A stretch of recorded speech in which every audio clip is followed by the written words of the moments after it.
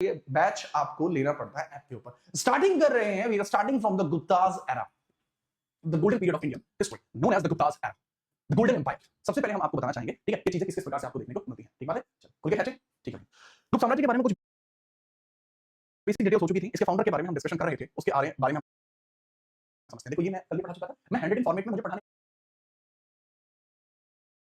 आपसे थोड़ी थोड़ी बातें कर लेते हैं और फिर उसके ऊपर डिस्कशन करते हैं। जैसे गुप्त एरा के फाउंडेशन की बात करते हैं, गुप्त एरा के फाउंडेशन की बात करते हैं। यहाँ पर मैं 3 राजा निकाल दूंगा इस पेज पर, ठीक है, सुष्मिता सिंह, कवि कमल, अज्जू रंजना, दीपू, ठीक है, और डुग्गू, महेश यादव, नेहा सक्सेना, ठीक है, क्या रखना। चलो स्टार्ट करते हैं। निकी सिंह, आप ये समझिएगा निकी एंड बाकी छात्र कि भाई यहाँ पर सबसे पहले हम बात करते हैं गुप्ता एरा की। ठीक है, अभी आपको जो सफेद दिख रहा है ना, अभी आपको सजा हुआ दिखेगा, गुप्त साम्राज्य। गुप्त साम्राज्य की चर्चा करते हैं, गुप्त साम्राज्य की चर्चा हम यहाँ पर करते हैं। गुप्त साम्राज्य, गुप्ताज एरा, गुप्ताज एरा। तो गुप्ताज एरा की हमने यहाँ पर बात की, गुप्ताज एरा का हमने यहाँ पर डिस्कशन किया। तो गुप्ताज एरा की इस डिस्कशन के अंतर्गत हमें सब ये पता लगता है, गुप्ताज एरा के डिस्कशन में हमें ये पता लगता है कि फाउंडर कौन था। सर तो फाउंडर के बारे में समझिएगा, फाउंडर आपको कौन देखने को मिलेगा। सर फाउंडर के तौर पर हमें देखने को मिलेंगे एक ही मेजर पर्सन है जिनका नाम है श्रीगुप्ता। श्रीगुप्त आपको देखने को मिलेंगे। श्रीगुप्त के जो उत्तराधिकारी होंगे वो कौन होंगे? तो श्रीगुप्त के उत्तराधिकारी हमें देखने को मिल जाएंगे हमारे घटोत्कच जी, और घटोत्कच के उत्तराधिकारी हमें देखने को मिल जाएंगे कौन भला? सर घटोत्कच जी के उत्तराधिकारी हमें देखने को मिल जाएंगे जिनका नाम क्या है? सर उनका नाम है अमरेंद्र चंद्रगुप्त मौर्य। ठीक है, हमारे लिए चंद्रगुप्त है। ठीक है, चलो आगे बात करते हैं इसके बारे में। समझिएगा रोशन भाई, फाउंडर है श्रीगुप्त। श्रीगुप्त का टेन्योर आप मुझे बताएंगे कि श्रीगुप्त जी का टेन्योर कितना रहा? 240 से 280। ठीक है, 240 से 280 देखने को मिलेगा। 80 और वो भी किसमें? एनो डोमिनो में, एडी में आपको देखने को मिलता है। एनो डोमिनो अर्थात एडी में आपको देखने को मिलता है, एनो डोमिनो। इसके बाद में देखने को मिलता है श्रीगुप्त के बाद घटोत्कच। घटोत्कच आपको देखने को मिलता है, घटोत्कच। घटोत्कच आपको देखने को मिलता है, घटोत्कच। घटोत्कच का टेन्योर आपको कहां से कहां देखने को मिलता है? 280 से 319, 280 से 319 देखने को मिलेगा। 319 एडी देखने को मिलता है, ऑब्वियसली एडी ही होगा, एडी को भी कॉमन एरा भी बोल देते हैं। इसके बाद तीसरा आपको देखने को मिल जाएंगे चंद्रगुप्त प्रथम। चंद्रगुप्त प्रथम हमें देखने को मिल जाएंगे, टेन्योर इनका भी खतरनाक है, 319 से लेकर 335 एडी आपको देखने को मिल जाएगा। अब इन सब राजाओं के बारे में थोड़ी थोड़ी बात कर लेते हैं। ठीक है, अब आपको अगर कोई बात पता है तो आप भी बता दो। नमस्ते मैं बल्लू, अकेले देवशीष कहां चल रहा है? हम बात कर रहे हैं श्रीगुप्त, घटोत्कच एंड यहाँ पर इनके बारे में बात करेंगे। अब इन्होंने अपने जीवन काल में सबसे इंपॉर्टेंट बात कि इन्हीं को संस्थापक कहा जाता है। बड़ी बात बस ये है कि संस्थापक की भूमिका अदा करते हैं। और जो श्रीगुप्त है, हमें पता लगता है कि श्रीगुप्त के द्वारा एक उपाधि धारण की जाती है, महाराजा की उपाधि। इन्होंने महाराजा का टाइटल लिया है, महाराजा का टाइटल लिया है, महाराजा का टाइटल लिया है, महाराजा। ठीक है, तो ये इनका टाइटल है, ये इनका टाइटल है जिसको हम बोलते हैं महाराजा।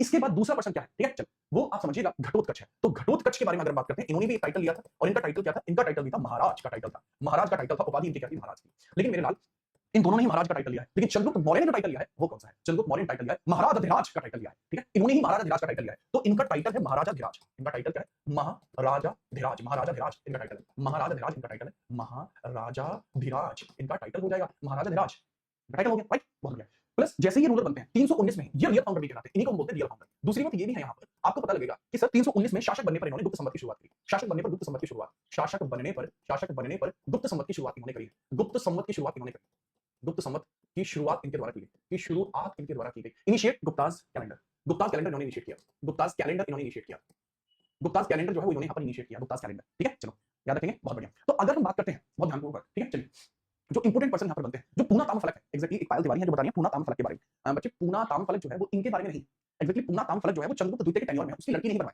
ठीक है, इस वजह से। दूसरी बात है, ये इंपोर्टेंट बात है कि हाँ श्रीगुप्त ने, ये इंपोर्टेंट बात है कि श्रीगुप्त ने मंदिरों के रखरखाव के लिए 24 गांव दान दिए। ये बात बिल्कुल सही है कि श्रीगुप्त ने इन्होंने डोनेट करे 24 विलेजेस, इन्होंने 24 गांव दान किए हैं। ठीक है, किसके लिए? मंदिरों के लिए, मंदिरों के लिए। कि गुप्त साम्राज्य के अधीन जितने भी मंदिर हैं उनके रखरखाव के लिए 24 गांव का जो भी रेवेन्यू आएगा वो उसमें यूज किया जाएगा। ठीक है, याद रखना, इंपोर्टेंट बात है। जी हाँ, अगर हम बात करते हैं कि भाई जैसे ही राज्याभिषेक करते हैं, दूसरा ये अपनी पत्नी से बड़ा प्यार करते थे, इनको बड़ा बढ़िया लगता था कि पत्नी इनकी बहुत बढ़िया, जैसे आप हैं कि तुम्हारे लिए तो हम जान दे, ठीक है, तुम्हारे लिए तो हम जान दे देंगे। ये चीजें आपको देखने को मिलती है। एक्जेक्टली क्या है कि इनकी जो शादी होती है लिच्छवी की कुमार देवी से होती है, दहेज में वैशाली मिल गया। तो चंद्रगुप्त प्रथम का जो विवाह हुआ है, इनका जो विवाह हुआ वो किससे हुआ था? इनका विवाह कुमार देवी से हुआ था, इनका विवाह कुमार देवी से हुआ था। कुमार देवी कहाँ की है सर? कुमार देवी लिच्छवी की है। कुमार देवी कहाँ की है? कुमार देवी फ्रॉम लिच्छवी क्षेत्र है। ठीक है, याद रखना, याद रखना, इनके कुमार देवी से विवाह हुआ था, लिच्छवी की आपको देखने को मिल जाएगी, लिच्छवी की है, लिच्छवी से आपको देखने को मिल जाएगी। राइट, लिच्छवी क्षेत्र का नाम है। दूसरी बात यहाँ पर यह है कि दहेज में इनको वैशाली मिल जाता है। ठीक है, याद रखेंगे, बहुत बढ़िया। दहेज में इनको वैशाली मिल गया, तो दहेज में इनको वैशाली, डाउरी में क्या मिला? वैशाली, दहेज में वैशाली इनको मिल जाता है, वैशाली इनको दहेज मिल गया, कोई समस्या तो नहीं है? नहीं सर। अच्छा, जैसे ही ये शासक बनते हैं तो राजा रानी प्रकार के सिक्के चलाते हैं, और चांदी का सिक्का भी इन्होंने ही चलाया। राजा बनने पर इन्होंने 2 प्रकार के सिक्के चलाए हैं, issued 2 type of coins, issued 2 type coins, 2 type coins. इन्होंने 2 प्रकार के सिक्के यहाँ पर चलाए, 2 प्रकार के सिक्के यहाँ चलाए, 2 प्रकार के सिक्के इन्होंने चलाए, 2 प्रकार के सिक्के इनके द्वारा यहाँ चलाए, 2 प्रकार के सिक्के इन्होंने यहाँ पर चलाए हैं। अब उन दोनों प्रकार के सिक्कों की बात करते हैं, दोनों प्रकार के सिक्के इन्होंने किस प्रकार से चलाए हैं उसकी हम बात करते हैं। ठीक है, याद रखना, ठीक है, याद रखना, ठीक है, याद रखना। तो 2 प्रकार के सिक्के आपको यहाँ देखने को मिल जाएंगे। अब ये जो 2 प्रकार के कॉइंस आपके चलाए गए हैं, उन कॉइंस के बारे में हम डिस्कशन कर लेते हैं कि 2 प्रकार के कॉइंस अपन कौन से चलाए गए। सर एक तो इन्होंने चलाए सर राजा रानी प्रकार के सिक्के, और दूसरा इन्होंने सिल्वर के सिक्के चलाए, जो पहली बार ऐसा हुआ था कि सिल्वर के सिक्के चले। तो 2 प्रकार के सिक्के, राजा रानी प्रकार के, चांदी के, एक राजा रानी प्रकार के, राजा रानी प्रकार, एक तो राजा रानी टाइप के कॉइंस थे। ये कब चलाए थे? कोरोनेशन पर, राज्याभिषेक पर, राज्याभिषेक पर चलाए थे, राज्याभिषेक पर चलाए थे, राज्याभिषेक पर इन्होंने चलाए थे। और दूसरे इन्होंने चलाए हैं सिल्वर कॉइंस। तो सिल्वर कॉइंस इन्होंने चलाए, सिल्वर कॉइंस चलाए। आपको एक बात याद रखना, ये प्रथम शासक है जिन्होंने गुप्त वंश में सिल्वर कॉइन्स चलाए, जिन्होंने गुप्त वंश में सिल्वर कॉइन्स चलाए, इनके बारे में लिखिएगा, जिन्होंने गुप्त वंश में सिल्वर कॉइन्स चलाए हैं। ठीक है, चलिए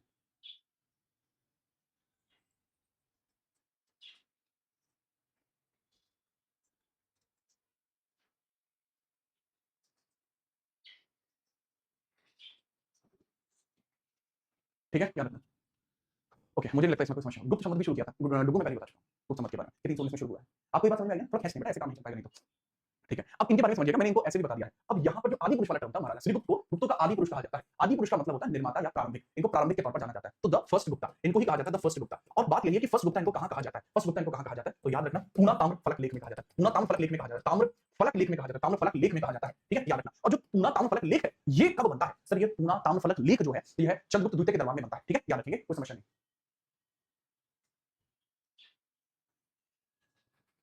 ठीक है, याद रखना।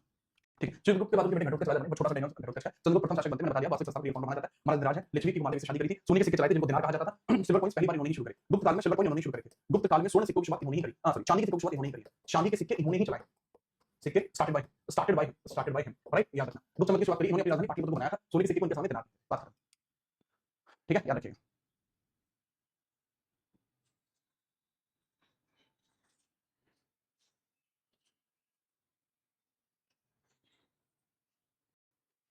ठीक है, चलो समझ में आ रही है बात?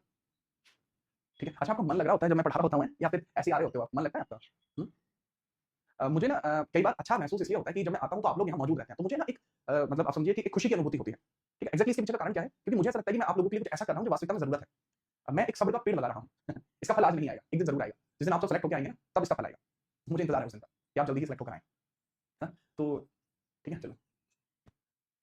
कई बार लोगों को लगता है कि ज्यादा बच्चे दिखाने से ज्यादा फायदा होता है, बट मेरा मानना है कि ज्यादा बच्चे दिखाने से भले ही फायदा नहीं होता, ठीक है, क्योंकि झूठ का पर्दा एक ना एक दिन तो खुलना ही है ना, इसलिए हम हमेशा सच रहते हैं, इसलिए कभी दिक्कत भी नहीं होती। ठीक है, याद रखना। बड़ा अच्छा लगता है मुझे आप लोगों के समर्थन के साथ चीजों को आगे बढ़ाना। ठीक है, चलो अब हम बात करते हैं समुद्रगुप्ता के बारे में। इन्हीं के जो पुत्र हैं चंद्रगुप्त प्रथम, ये जो पुत्र हैं इन्हीं के पुत्र, और इन्हीं के पुत्र या उत्तराधिकारी के तौर पर आपको कौन देखने को मिलते हैं, इन्हीं के पुत्र या उत्तराधिकारी यानी सक्सेसर के तौर पर आपको कौन देखने को मिलेगा, उत्तराधिकारी या सक्सेसर के तौर पर आपको कौन देखने को मिलेगा वो भाई सर, इन्हीं के पुत्र या सक्सेसर के तौर पर आपको एक पर्सन देखने को मिलते हैं, उनके बारे में। ठीक है, चलिए वो समझिएगा, इनके सन या सक्सेसर आपको देखने को मिलते हैं, दैट इज समुद्रगुप्ता, समुद्रगुप्ता।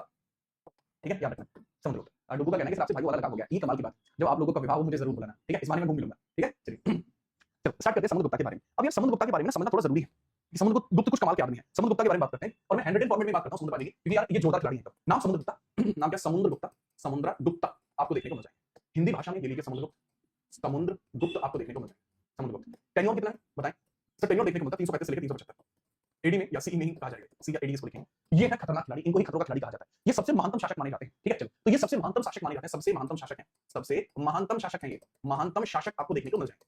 ठीक है, सबसे महानतम शासक, मोस्ट एमिनेंट रूलर है, मोस्ट एमिनेंट रूलर आपको देखने को मिल जाएंगे, एमिनेंट रूलर आपको देखने को मिल जाएंगे, मोस्ट एमिनेंट रूलर ये आपको देखने को मिल जाएंगे। दूसरी बात, इनके उपनाम समझिएगा, बहुत सारे उपनाम हैं। ठीक है, इनके उपनाम समझते हैं।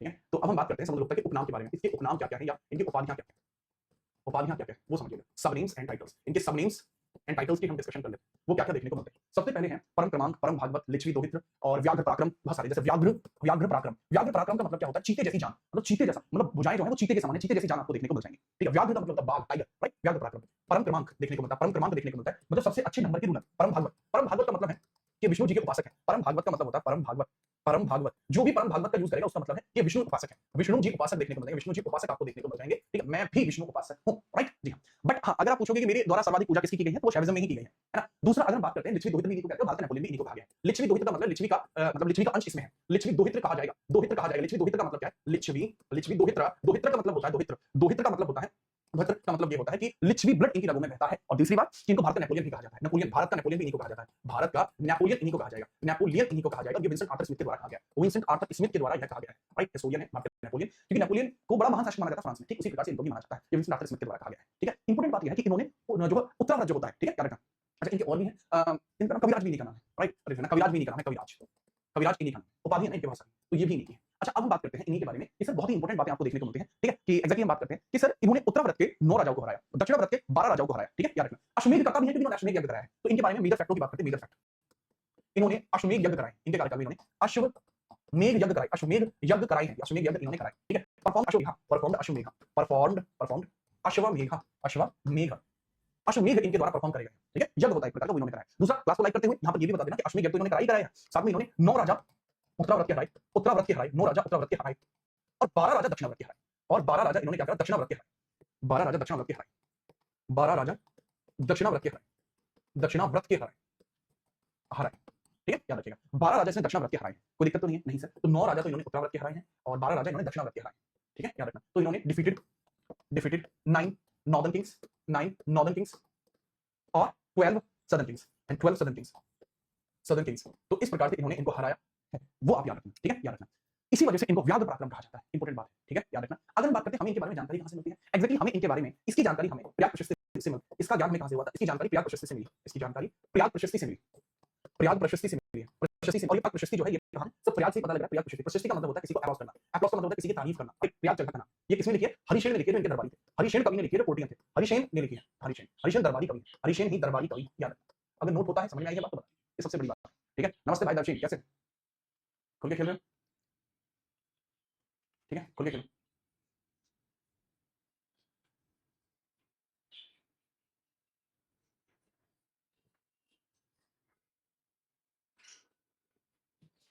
ठीक है, चलिए, हरिशन ने लिखा था, हरिसेन ने लिखा था, हरिशन ने लिखा था, ठीक, चलिए, याद रखेंगे, कोई समस्या तो नहीं है, नहीं सर, कोई समस्या नहीं। और दूसरा, कई बार लोगों को लगता है, बहुत बार लोगों को ऐसा लग रहा होता है कि सर इनके बारे में ना जो है एरन अभिलेख में भी लिखा हुआ है, नहीं, ऐसा नहीं है। एरन अभिलेख में इनके बारे में कभी नहीं लिखा। मैं इनके बारे में थोड़ी सी डिटेल देता हूं यहाँ पर, कुछ अन्य जानकारी के स्रोत भी हैं। एक और, जो भानुगुप्त का एरन अभिलेख है, जिसमें गोपराज की पत्नी के सती होने के प्रमाण है, वह इनके समकालीन है, इनसे रिलेटेड नहीं है। जैसे मैं अगर अपनी बात करता हूं तो मैं, मेरे समकालीन बहुत सारे शिक्षक है, लेकिन हम संबंधित नहीं है, ठीक है, हम संबंधित नहीं है, ठीक है, ये बहुत जरूरी बात होती है। मैं आपको बता देता हूं, ये वाला जो टर्म है, इसमें बच्चों को बहुत ज्यादा मिस्टेक पॉइंट देखने को मिल जाती है। जैसे यहाँ पर मैं बता रहा हूं कि भानुगुप्त का जो एरन अभिलेख है, जो भानुगुप्त का एरन अभिलेख है, वो इनके समकालीन है, ठीक है। तो यहाँ पर ये चीज लिखता हूं, भानुगुप्त एरन अभिलेख। तो जो भानुगुप्त है, भानुगुप्त का एरन अभिलेख है, वो समकालीन है, एरन अभिलेख है। भानुगुप्त का जो एरन अभिलेख है, वो क्वांटमपोरेरी तो है, दैट इज क्वांटमपोरेरी, क्वांटमपोरेरी तो है, बट इनसे संबंधित नहीं है, ठीक है। चलिए, याद रखना, बिल्कुल, जी हाँ, बिल्कुल है भाई, ठीक है। नवीन सर के समकालीन और बताओ, बोल दिया मुझे नहीं पड़ता लाला फर्क इस चीज से, समझो, ठीक है। दूसरे हम बात करते हैं, ठीक है। ऐसा नहीं है कि मैं किसी अन्य व्यक्ति का नाम लेने के बाद कि हाँ भाई एकदम अनर्थ हो जाएगा, बादल फट जाएंगे, जमीन फट जाएगी, कुछ नहीं होता ऐसे। ये तो शिक्षकों की आपसी सोच है भाई, ठीक है। क्या अगर मैंने उनका नाम ले दिया वो प्रमोट हो जाएंगे, अरे यार वो ऑलरेडी काम कर चुके हैं, फील्ड में बच्चों के लिए बहुत काम किया है ऑलरेडी, वो चीजें उनको प्रमोट की, मेरे द्वारा प्रमोट की जरूरत नहीं है भाई, ये तो समझो। हाँ, मेरा अपना पढ़ाने का एक और अलग है, मेरा पढ़ाने का तरीका अलग है, मेरा समझाने का पैटर्न अलग है, उनका अलग है, व्यक्ति हम अलग अलग ही हैं, समान नहीं हो सकते, ठीक है यार। जैसे मैं मोदी जी के समकालीन हूं, बिल्कुल हूं, राहुल गांधी के समकालीन हूं, बिल्कुल हूं, है, वो तो समझो। एरन अभिलेख में मैंने बताया था कि इसमें भानुगुप्त की इनकी पत्नी भानुगुप्त की पत्नी, सॉरी, इसके अंदर गोपराज की पत्नी के सती होने के संबंध, गोपराज की पत्नी के सती होने के साक्ष्य, गोपराज की पत्नी के सती होने के साक्ष्य देखने को मिल जाए। तो इसमें गोपराज वाइफ बिकेम सती, गोपराज वाइफ बिकेम सती, गोपराज वाइफ बिकेम सती, बिकेम सती। तो गोपराज की जो वाइफ है वो इसमें सती हो गई थी, इसके यहाँ पर आपको एविडेंसेस देखने को मिलते हैं, ठीक है, याद रखेंगे, बहुत बढ़िया।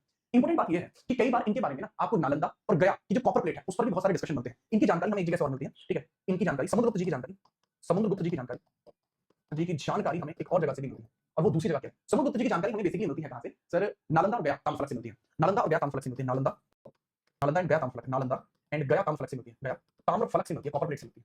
ताम्रफलक को बोलते हैं कॉपर प्लेट। पहले क्या होता था कि मेटल की जगह इसका यूज किया करते थे और ये बहुत ज्यादा बेस्ट रहता था, बहुत ज्यादा बेस्ट रहता था, ठीक है, याद रखना।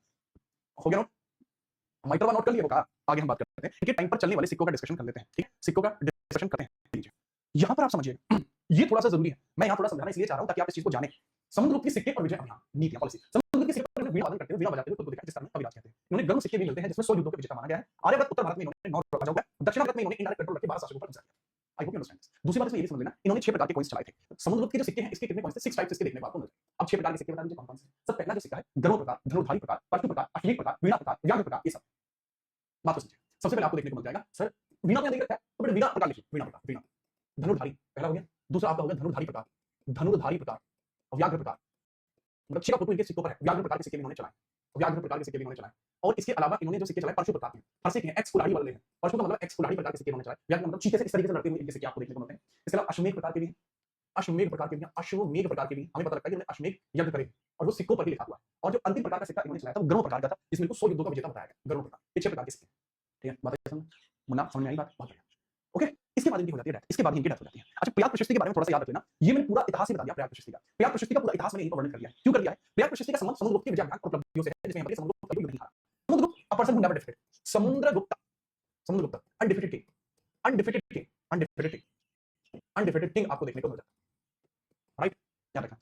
समुद्रगुप्त के दरबारी कवि और संधि विग्रह विदेश मंत्री हरिसेन ने संस्कृत भाषा ब्राह्मणी लिपि और चंपू शैली गद्य मिक्स करके इसको लिखा था। ये मूल रूप से कौशाम्बी उत्तर प्रदेश में अशोक ने बनवाया था।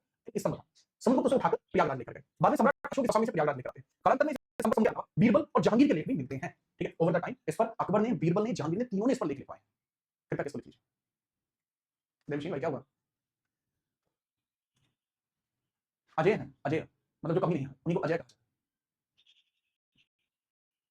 ठीक है, चलिए। अच्छा, जो बच्चे स्टैटिक जीके की प्लेलिस्ट की बहुत ज्यादा मांग कर रहे हैं, अच्छा एक बहुत ही प्यारा सा एक क्वेश्चन पूछ रहा हूं, उसका जवाब दे देना। आज दोपहर में 3 बजे वाली क्लास के लिए कौन-कौन तैयार है? आप आने वाले हैं आज 3 बजे वाली क्लास में? 3 बजे वाली क्लास में तो आओगे? या उसको निमोनिक बताऊंगा, बहुत तगड़ी तगड़ी। मैं आपको यहाँ पर समझा देता हूँ कि हमारे यहाँ पर सबसे खतरनाक क्लास उसको कंसीडर करेंगे और ये दोपहर में 3 बजे मैं इस क्लास को लूंगा, फेयर एंड फेस्टिवल वाली को। अगर आपके पास टाइम मिलता है तो आपसे ठीक 100 मिनट के बाद आप आ जरूर जाना, है ना? अभी तो मैं पढ़ाऊंगा, अभी जो क्लास चल रही है, बट आना जरूर इसमें। बड़ी मेहनत के साथ इसमें कंटेंट बनाया है और हाँ, इसमें हैंडेड पढ़ाऊंगा, स्लाइड का यूज नहीं करूंगा इसमें। हैंडेड नहीं पढ़ाऊंगा, 15 दिन तक पढ़ाऊंगा इस वाले पोर्शन को, 15 दिन में खत्म कर। सुष्मिता ये क्या बात है? ठीक है, अब हम बात करते हैं इनके बाद समुद्रगुप्त जी की मृत्यु के बाद क्या होता है। ठीक है, चलिए लीजिए, समुद्रगुप्त जी की मृत्यु के बाद क्या होता है वो मैं समझाता हूँ। ठीक है, ओके सर। अब सभी हत्या होती है या मृत्यु होती है अपनी मां है समुद्रगुप्त जी की। ठीक है, समुद्रगुप्त जी की मृत्यु के बाद इनको देखा किसको मिलेगा? समुद्रगुप्त जी की मृत्यु के बाद, समुद्रगुप्त जी की मृत्यु के बाद, समुद्रगुप्त जी की मृत्यु के बाद क्या होता है?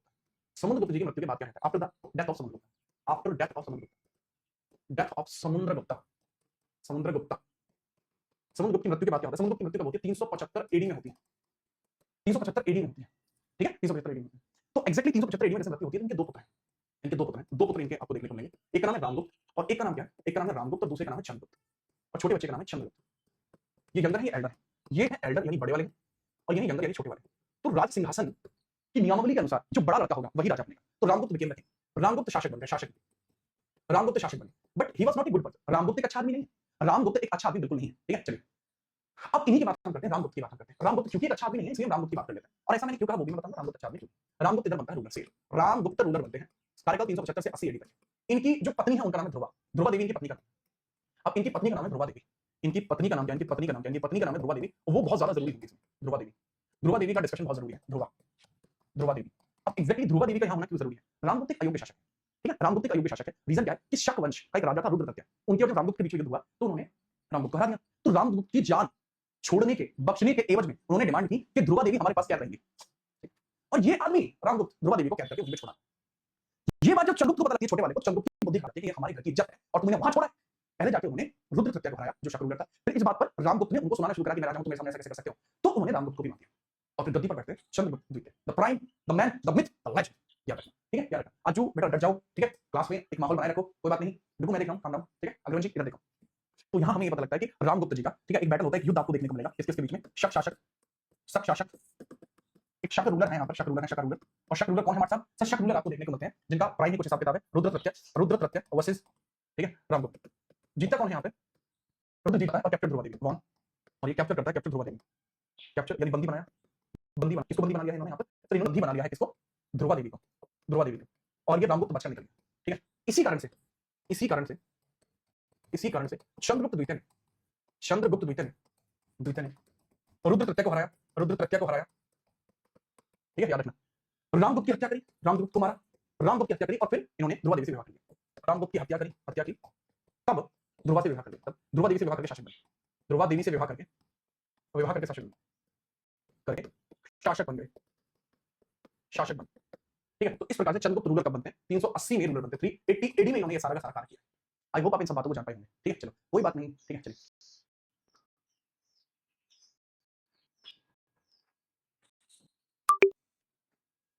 यूनिक टेंशन मत लो, मेरे हाथों की गति स्लाइडर से कहीं तेज और कहीं उचित है, इसको आप बताइए अगर आपको समझ में। ठीक है, क्लियर मैटर। अब एक और बात आती है कि सर इस सब का हमें जो साक्ष्य है वो कहां से मिलते हैं, सब जानकारी कहां से मिलती है, एविडेंसेस कहां से मिलते हैं? तो विजय भाई इन सब के एविडेंसेस कहां से मिलते हैं? इसके जानकारी के स्रोत हैं, इस जानकारी के स्रोत क्या है? जानकारी के स्रोत क्या देखने को मिलेंगे? स्रोत क्या देखने को मिल जाएंगे बताइए सर? एविडेंस क्या देखने को मिलेंगे? एविडेंस ऑफ इन्फॉर्मेशन क्या देखने को मिलेंगे सर? एविडेंस ऑफ इन्फॉर्मेशन आपको क्या देखने को मिल जाएंगे वो बताइए सर? एविडेंस ऑफ इन्फॉर्मेशन में आपको पता लगेगा कि sir evidence of information are very clear, और वो है दरअसल देवी चंद्रगुप्तम किताब, जो किसने लिखी है? विशाख दत्त ने, विशाख दत्त द्वारा, विशाख दत्त की बुक, विशाख दत्त की बुक देवी चंद्रगुप्तम, देवी चंद्रगुप्तम देखने को मिल जाएगी, देवी चंद्रगुप्तम, चंद्रगुप्तम, देवी चंद्रगुप्तम आपको देखने को मिलती है। ठीक है, याद रखेंगे, बहुत बेहतरीन। तो ये एक्जेक्टली आपको यहाँ पर पता होना चाहिए देवी चंद्रगुप्तम के बारे में, बाकी लोगों के बारे में अच्छे लेवल में पता हो। ठीक है, इसको याद रखें। अब हम बाकी थोड़ा सा और देख लेते हैं, थोड़ी सी बातें और है। मैंने बताया किस तरीके से कि सर चंद्रगुप्त द्वितीय विक्रमादित्य पृष्ठभूमि वैवाहिक संबंध, इनका शासनकाल 75 से 415 एडी के बीच में रहा है, याद रखना। लेकिन इन्होंने अपने भाई रामगुप्त को मारकर सत्ता की और रामगुप्त की ध्रुवा देवी से विवाह किया, जिससे कुमार गुप्त का जन्म हुआ। इन्होंने नागवंश की राजकुमारी कुबेर नागा से भी शादी की थी, जिनसे पुत्री प्रभावती गुप्त का जन्म हुआ। चंद्रगुप्त द्वितीय ने अपनी स्थिति मजबूत करने के लिए प्रभावती का विवाह वाकाटक राजा रुद्रसेन द्वितीय के साथ किया था। रुद्रसेन द्वितीय की मृत्यु के बाद प्रभावती ने वाकाटक का शासन संभाला, इसमें वाकाटक और गुप्तों के संबंध अच्छे। इन दोनों ही चीजों को समझिए, ये भी इंपॉर्टेंट है। बट एक बड़ी बात आती है कि यहां पर यह सारा कार्य कैसे हो पाता है, वो भी मैं आपको बताऊं। एग्जैक्टली क्या है कि इन्होंने नागवंश की एक कन्या है जिनका नाम है कुबेर नागा, इनसे भी इन्होंने विवाह किया था और इनको प्रभावती गुप्त पैदा हुई थी। इनकी बेटी का नाम क्या है, इनकी डॉटर का नाम क्या है, प्रभावती गुप्त। तो डॉटर की शादी किससे हुई, सर की डॉटर की शादी होती है रुद्रसेन द्वितीय से। रुद्रसेन दो की हम बात करते हैं, रुद्रसेन द्वितीय की मृत्यु नहीं हुई है, रुद्रसेन द्वितीय की हत्या हुई। ये बात आपको मैं समझाता हूं कि बेटा रुद्रसेन द्वितीय की मृत्यु नहीं हुई है, इसकी हत्या हुई है। और ये हत्या कौन करता है बताओ, रुद्रसेन द्वितीय की होती है हत्या। और ये हत्या किसके द्वारा हुई है वो समझिएगा। हत्या कौन करता है, सर शक शासक कौन, रुद्र सिंह या रुद्र तृतीय, इसके द्वारा हत्या करी गई, हत्या करी इसने। जब ये बात चंद्रगुप्त द्वितीय को पता लगी तो उसको बुद्धि खराब हो गई। उसने कहा अच्छा मेरी छोरी के पति की हत्या, ले भाई ये गया तू, ले ला ले। तो यहां पर आपको समझ में आएगा, तो यहीं पर आपको समझ में आएगा, ठीक है। अतः यहां बता रहा हूं, अतः चंद्रगुप्त द्वारा ही, चंद्रगुप्त द्वितीय ने रुद्र तृतीय की हत्या करी, हत्या की। और इसके बाद ही उन्होंने विक्रमादित्य का टाइटल अडॉप्ट किया, हत्या की तथा विक्रमादित्य का टाइटल लिया, तथा विक्रमादित्य की उपाधि ली, तब जाकर इन्हें विक्रमादित्य की उपाधि मिली। बात समझ, ऐसे इनके विक्रमादित्य की जो जानकारी वो मिलती है। जी हाँ, ये बात सच है। रुद्रसेन एक तरफा प्यार करता था प्रभावती गुप्त से, और साथ ही साथ अगर मैं आपको बताऊं रुद्र तृतीय जो था ये भी प्यार करता था। जब रुद्र तृतीय को यह पता लगी कि मेरी सपनों की रानी प्रभावती जी कल को रुद्रसेन द्वितीय की हो जाएंगी, विवाह हो गया। लेकिन क्योंकि जब तक यह है विक्रमादित्य ये चंद्रगुप्त द्वितीय की अग्नि थी, तब तक तो इनको हाथ नहीं लगा सकता था, क्योंकि इनको बहुत अलग लेवल के खिलाड़ी आदमी थे। जैसे इसके घर पहुंचती है, इनको 2 बच्चे हो जाते हैं, उसके बाद इसको बदला लेने का मौका मिलता है और अपने प्यार के लिए रुद्र तृतीय हत्या कर देता है रुद्रसेन द्वितीय की। ये वाकाटक के हैं और ये शक डायनेस्टी के। प्यार के चक्कर में सब कुछ हुआ, वन साइडेड लव, एक तरफा प्यार की शक्ति तुम क्या जानोगे जोधा बाबू, तुम नहीं जानते। इसके बाद ही जैसे ही वाकाटक का शासन संभाला, गुप्तों के संबंध अच्छे बने रहे। इसके बाद ही ठीक है, इसी में हमें पता लगता है, इसी में पता चला कि चंद्रगुप्त द्वितीय ने उज्जैनी को अपनी दूसरी राजधानी बनाया। याद रखिए, इसी में पता चला कि चंद्रगुप्त द्वितीय ने उज्जैनी को अपनी दूसरी राजधानी बना लिया था। दूसरी कैपिटल बना लिया था, उज्जैनी को दूसरी कैपिटल बनाया। ये बहुत इंपॉर्टेंट है, ठीक है। चलिए उज्जैनी, तो इसकी दूसरी कैपिटल उज्जैनी। अच्छा, मैंने इनके सब नेम्स के बारे में बहुत बताया कि इनके उपनामों के बारे में हर कोई जानना चाहता है, ठीक है। अब हम देखते हैं इनके उपनाम कौन कौन से हैं। इसके बारे में याद रख लेना वैसे कि रामगुप्त की हत्या कई किताबों से मिलती है, जैसे विशाखदत्त की देवी चंद्रगुप्तम मदराक्षस, हर शरीफ जो बाणभट्ट ने लिखी है, ठीक है, याद रखना। श्रृंगार प्रस्तार राजा भोज की है, काव्य मीमांसा राजशेखर की है। ये राजशेखर काव्य मीमांसा में कुछ और लिखते हैं। अबुल हसन जो मुजमल उल तवारिक लिखते हैं। राजशेखर ने काव्य मीमांसा में ये लिखा था कि अवैध संबंध थे चंद्रगुप्त द्वितीय और ध्रुवा देवी के, ये इन्होंने लिखा है राजशेखर, ठीक है। अच्छा आप नोट करिए, ठीक है, और बताइए जैसे नोट होता है, ये स्क्रीनशॉट ले लीजिए, ठीक है, याद रखना। चंद्रगुप्त के नवरत्न भी थे, अभी नवरत्नों का डिस्कशन करता हूं बेटा।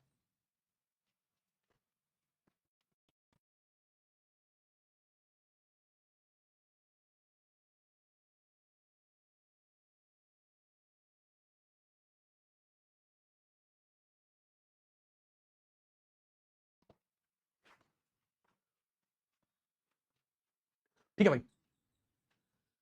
ठीक है, ओके सर, परफेक्ट। अब हम बात करते हैं इन्हीं के समय में कुछ और बातें भी देखने को मिलती है, ठीक है, कुछ और बातें भी देखने को मिलती है। जैसे इनके समय में बहुत सारी चीजें आपको देखने को मिलेंगी, थोड़ा सा इनके बारे में डिस्कशन करते हैं, ठीक है। चलो sir, I have doubt who was introduce first time silver coin. Sir दरअसल बात ये कुतकाल में सबसे पहले सिल्वर कॉइन किसने चलाया था, वो चंद्रगुप्त ने, मैंने ये बताया। ये समझ, चंद्रगुप्त द्वितीय वाकाटक की मदद से चंद्रगुप्त द्वितीय ने शासक प्रत्यय को हराया था। शकों पर विजय प्राप्त करने के उपलक्ष्य में इन्होंने विक्रमादित्य की उपाधि ली, इनको शकारी की उपाधि भी तब मिली।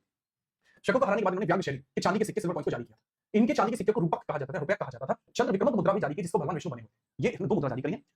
राजाधिराज श्री देवगुप्त साक्षी का अभिलेख में, और देवराज को कहा जाता है। इनकी 2 राजधानियां पाटलिपुत्र और उज्जैन। बड़ी बातें मैं पीछे बता चुका हूं, ठीक है, याद रखना। मैं ये बातें आपको पीछे बता चुका हूं, ठीक है, याद रखेंगे, कोई समस्या तो नहीं है? नहीं सर, ओके, याद रखना। अरे काव्य मीमांसा नहीं संगीत मीमांसा है, सेम ही होगा। काव्य का मतलब ही संगीत होता है। ये बात मैं पीछे बता के आया हूं। अब इनके नवरत्नों के बारे में बात करते हैं, इनके नवरत्न बड़े फेमस, राइट। ये जो नवरत्न रखने की कला है कि नवरत्न कौन रखेगा, ये इन्हीं के समय में शुरू हुई है, याद रखेंगे, कोई समस्या तो नहीं है? ठीक है। अच्छा, एक और बात, कौन से नंबर के विक्रमादित्य थे, बताओ मुझे, कौन बताएगा ये विक्रमादित्य कौन से नंबर के थे? गाइस इसमें आप देखना अली से कि चंद्रगुप्त द्वितीय के नवरत्नों की बात करते हैं। चंद्रगुप्त द्वितीय अपने दरबार के नवरत्नों के लिए प्रसिद्ध थे। महाकवि कालिदास इन्हें भारत का शेक्सपियर कहा जाता है। इन्हें अपनी रचनाओं की वैभवी शैली के लिए जाना जाता है। आगे बात करते हैं इनके नवरत्नों में से पहले नवरत्न कौन है? सर महर्षि कालिदास। कालिदास के 3 नाटक हैं, अभिज्ञान शाकुंतलम, विक्रमोर्वशी और मालविकाग्निमित्र, ठीक है। कालिदास जी के 2 महाकाव्य हैं, रघुवंशम कुमार संभव। इनके 2 खंड काव्य मेघदूतम और ऋतुसंहार। मेघदूतम इन्होंने किस शैली में लिखी है? सर वास्तविकता में इन्होंने ये जो शैली लिखी है, एग्जैक्टली मेघदूतम को इन्होंने जो लिखा है, जिस शैली में लिखा है वह वैदर्भी शैली। मेघदूतम को इन्होंने वैदर्भी में लिखा है, ठीक है। रूली शैली में भी लिखा है, वैदर्भी तो सभी लिखे हैं, रूली शैली में लिखा है, रूली शैली जो गुजरात में प्रचलित थी, दरअसल ये प्रभावती गुप्त से मिलने के लिए गए थे, राइट। इस वजह से आपको याद रखना है। ऋतु संहार भी इन्होंने लिखी है। अच्छा, एक जो बच्चा बार-बार पूछ रहा है कि जैसा मैंने सवाल पूछा था कि कौन से बदले 5वें विक्रमादित्य थे, इनसे 4 विक्रमादित्य हो चुके हैं। अच्छा, महाकवि शूद्रक आपके दूसरे नंबर के इनके नवरत्न हो जाएंगे। इन्होंने मत्स्यकटिका यानी मिट्टी की गाड़ी, मत्स्यकटिका का मतलब क्या होता है? मिट्टी की गाड़ी। शूद्रक लिखिए मिट्टी की गाड़ी, मत्स्यकटिका का मतलब है मिट्टी की गाड़ी। तो मत्स्यकटिका यानी मिट्टी की गाड़ी लिखिए, जो ब्राह्मण चारु दत्त और टीका वसंत सेना की प्रेम कहानी। ये भी प्रेम कहानी यार बहुत आ रही है, प्रेम कहानियां इतनी ज्यादा आ रही है, मैं क्या बताऊं यार, जीवन काल में इतनी प्रेम कहानियां सुन सुन के लोगों को लगता है कि प्रेम ही सब कुछ है, बट वास्तविकता में ऐसा नहीं है।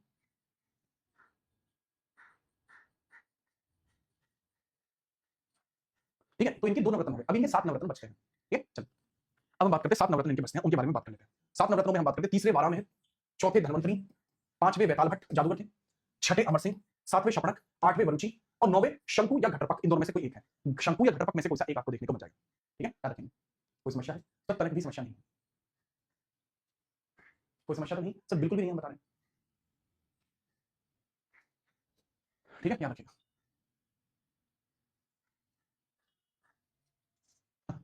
यश आपसे ये सवाल किसने पूछा वैसे? अच्छा, वारामिहिर की बात करें, महान खगोल शास्त्री एस्ट्रोनॉमर है जिन्होंने पंच सिद्धांतिका, वृहत जातक और वृहत संहिता की रचना करी है। तो वारामिहिर के द्वारा ही आपको पंच सिद्धांतिका मिलेगी, पंच सिद्धांतिका, सिद्धांतिका। तो जो पंच सिद्धांतिका किताब है, कौन सी किताब? पंच सिद्धांतिका किताब आपको देखने को मिलती है। एक्जेक्टली पंच सिद्धांतिका के अंतर्गत ही वो बातें बताई गई जो आज की डेट में कैप्लर की थ्योरी आती है, वो पंच सिद्धांतिका में बताई हुई थी। धर्मवंतरी एक बहुत अच्छे डॉक्टर थे, वेताल भट्ट एक मैजिशियन है, वेताल भट्ट एक मैजिशियन आपको देखने को मिल जाएंगे जिन्होंने नीति प्रदीप और वेताल पंच विशांतिका की रचना की है, पंच विशांतिका की रचना की है, काला जादू करते थे। ठीक है, क्या रखें? अमरकोश अमर सिम्हा ने लिखी है, ये डिक्शनरी है, जैसे डिक्शनरी, डिक्शनरी है, ये क्या है? एक डिक्शनरी है, शब्दकोश डिक्शनरी, संस्कृत का डिक्शनरी है, dictionary of Sanskrit, Sanskrit dictionary है। शपणक जो आपको देखने को मिल जाएंगे, जैसे शपणक कौन है? शपणक, शपणक याद रखना, यह है ज्योतिष थे, शपणक एक ज्योतिष थे। शपणक कौन थे? ज्योतिष, ज्योतिष थे, एस्ट्रोलॉजी अब चलाते हैं, इनका भी एक एस्ट्रोलॉजी था। ठीक है, याद रखना। अगर हम बात करते हैं यहाँ पर वरुचि या घटरपक कौन थे? वरुचि या घटरपक दोनों ही सलाहकार हैं, लेकिन शंकु कौन है? सर वास्तुकार है। शंकु एक वास्तुकार देखने को मिल जाएगा, आर्किटेक्ट देखने को मिल जाएगा, आर्किटेक्ट, एक आर्किटेक्ट आपको देखने को मिल जाएगा। ठीक है, शंकु एक वास्तुकार, एक आर्किटेक्ट है।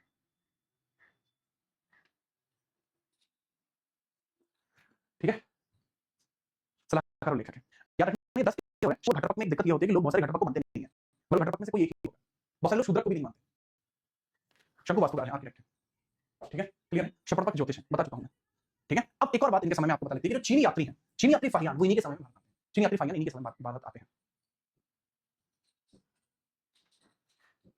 चीनी यात्री फाहियान और मेहरौली, चीनी यात्री फाहियान चंद्रगुप्त विक्रमादित्य के शासनकाल में ही भारत आया था। फाहियान ने अपनी यात्रा वृत्तांत में सम्राटों के नाम का उल्लेख नहीं किया, लेकिन बताया कि पाटलिपुत्र में अस्पताल थे और लोग सुखी व संतुष्ट थे। फाहियान केवल यही बता पाता है कि हुआ ये है कि लोग किस प्रकार से काम कर रहे हैं, चीजें कैसी हैं, केवल यही बता पाता है और कुछ नहीं। ठीक है, दूसरा मेहरौली लोहे का स्तंभ दिल्ली के मेहरौली में स्थित है, जो महाराष्ट्र पर जंग नहीं लगा, इसी के लिए प्रसिद्ध है। इतने वर्षों के बाद भी इस पर जंग नहीं लगा। ऐसे सब पर संस्कृत भाषा में विष्णु पद लेख लिखा है और चंद्र राजा की पहचान चंद्रगुप्त से की जाती है, इसमें इनको विष्णु उपासक बताया गया है। एक और बात, जैसे यहाँ पर लोगों को लगता है कि सर यही देखो कुछ इसमें, जैसे आर्यभट्ट की बात करते हैं, आर्यभट्ट इनके दरबार से नहीं है, आर्यभट्ट के द्वारा पंच सिद्धांतिका, इनके द्वारा सूर्य सिद्धांतिका लिखी गई है। इन्होंने सूर्य सिद्धांत लिखा है कि सूर्य एक जगह स्टेबल है और हम ग्रह की भांति उसके आसपास घूम रहे हैं, तो आर्यभट्ट का है सूर्य सिद्धांत। और ये समकालीन दरबारी नहीं है, ये समकालीन है, ये समकालीन है, ये दरबारी नहीं है, समकालीन है। ठीक है, क्या रखें?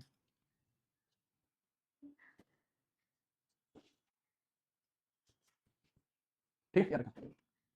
ठीक है सर, ये इनके बारे में हमें पता लगता है कि सर ये फाहियान इनके समय में आया था। फाहियान के बारे में केवल इतना डिस्कशन आप याद रखेंगे, इतना भी पर्याप्त होगा। फाहियान के बारे में अधिक जानकारी की जरूरत नहीं। ठीक है, समकालीन दरबारी मेहरौली के बारे में बताइए। इसके बाद आपको अगला रोलर कौन देखने को मिलेगा? इनका पुत्र, इसके बाद इनकी मृत्यु होती है, फिर नेक्स्ट बताता है इनका पुत्र। ठीक है, याद रखना।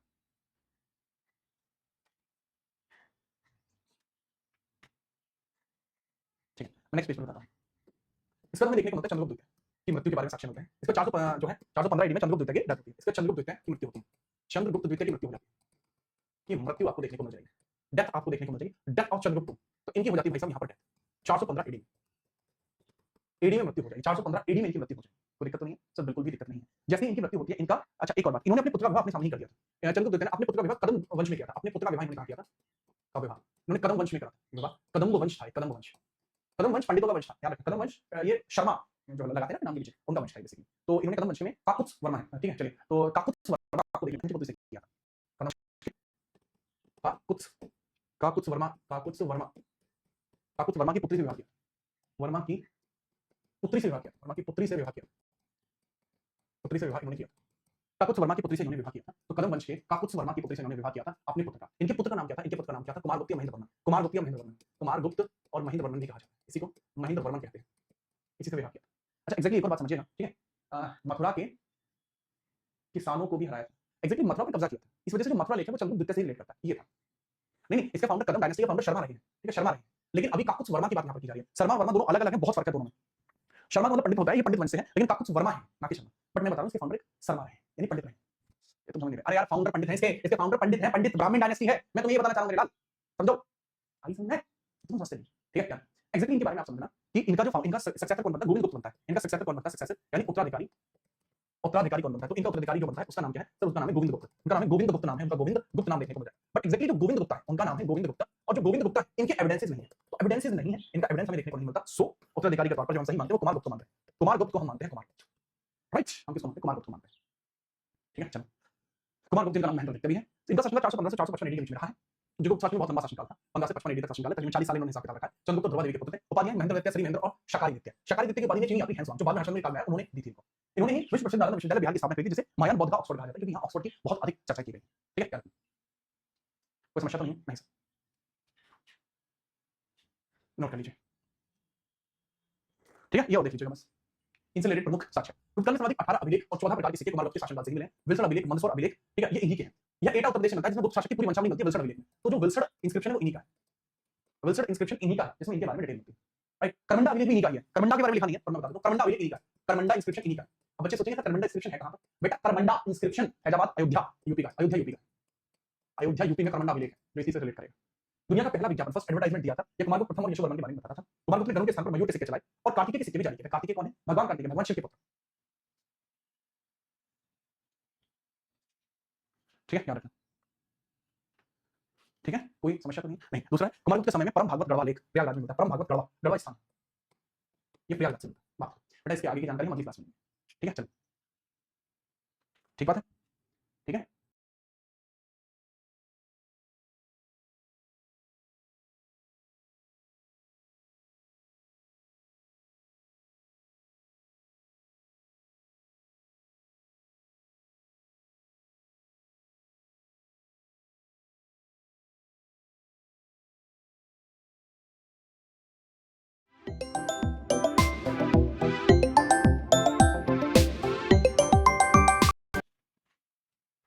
ठीक है, चलिए तो भाई आज की क्लास यही रहेगी, इसके बाद हमारी होगी इस